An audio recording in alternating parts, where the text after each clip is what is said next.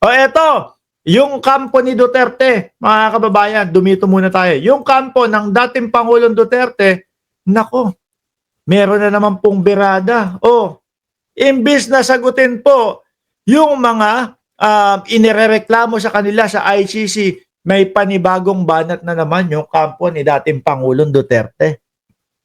Alam nyo po kung ano? Pinapadisqualify si Karim Khan, yung chief prosecutor po ng ICC. Kaya alam nyo mga kababayan, sila Maharlika at yung ibang mga vlogger po ng mga DDS, no? Naiinis na din dito kay Koopman eh. Yung iba sa kanila sinasabi kung ano-ano naman ang pinag-uunan nitong si Koopman. Kaya ho si Hanilet, hindi ho natin may iwasan na isipin na talagang, siyempre asawa yan. Ay hindi, ano lang pala, common law wife. Ano? Si Hanilet, sabi ni Pops TV, Mark Ramos, tuta ni BBM. Uy, hindi ba aso? Ayaw sabihing aso. ayaw sabihing aso. Diyos ko naman, kayo naman. Sakit. Nasaktan po ako sa sinabi niya. Sakit po. No. Naiyak po ako. Ayaw ko na po mag-vlog. Sinabihan po ako tuta. Ay, Diyos ko mga DDS.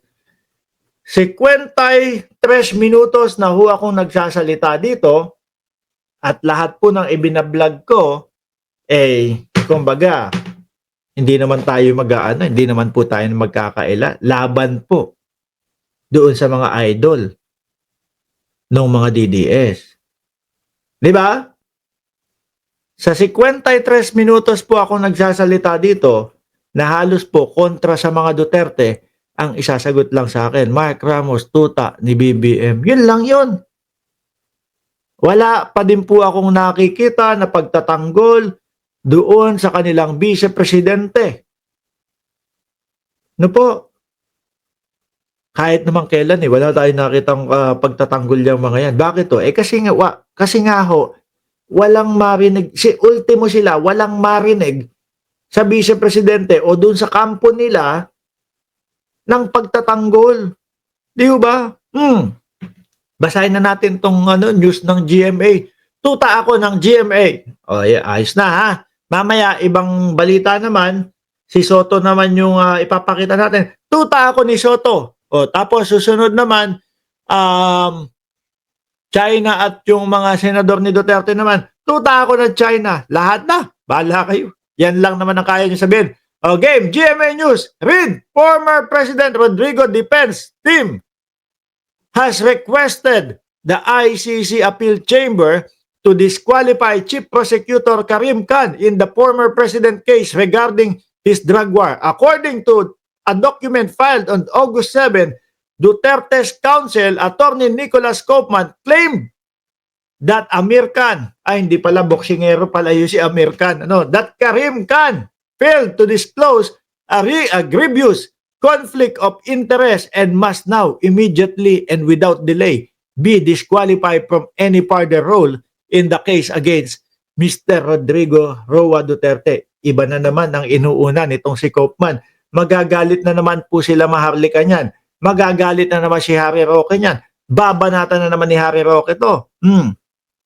Tapos ang maaapektuhan na naman po, si Hanilet na naman po. Hindi na naman papayagan ni Koopman na makapasok. Paghihiwalay na naman si dating Pangulong Duterte at si Hanilet. Ayun. Ang ending na stress si Duterte, nategi. Diyos ko po. Yan na po siguro ang pinakamasaklap na mangyayari ho na iiiyak ng mga DDS. No? Kapag ho tumagal si dating Pangulong Duterte at inabutan po ng kamatayan, doon, hindi ko pinapanalangin ha. Ito sinasabi ko lang, real talk lang tayo, ilang taon na ang dating Pangulo, 80 mahigit na ho. Malapit-lapit na po yan, mga kababayan. Real talk lang. Diba? Nasa ano na yan?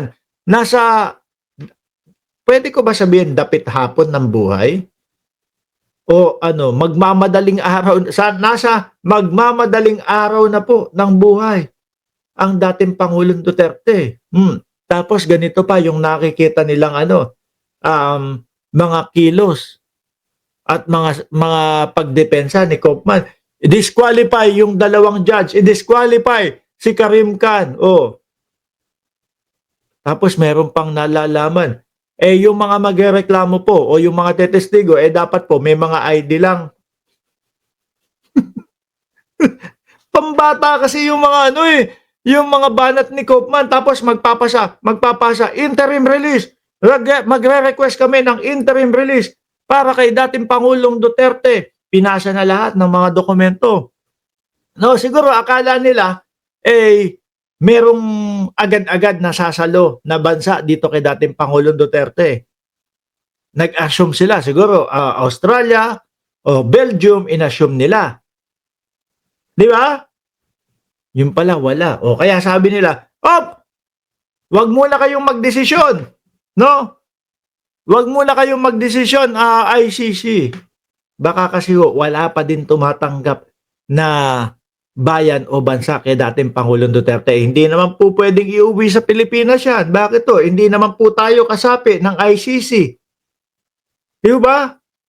Hindi ho tayo kasapi ng ICC. Siyempre mga kababayan, ang iisipin niyan, nako, di kapag lilitisin na si Duterte, wala na.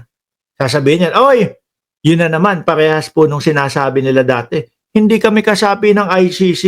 Kaya magtigil kayo ICC. Ganun na naman po ang sasabihin niyang mga yan. Di ba? Kaya malabo ho na mapauwi ang dating Pangulong Duterte. At sino po ang may kasalanan nito? Siya din ho. No? Siya din ho, mga kababayan.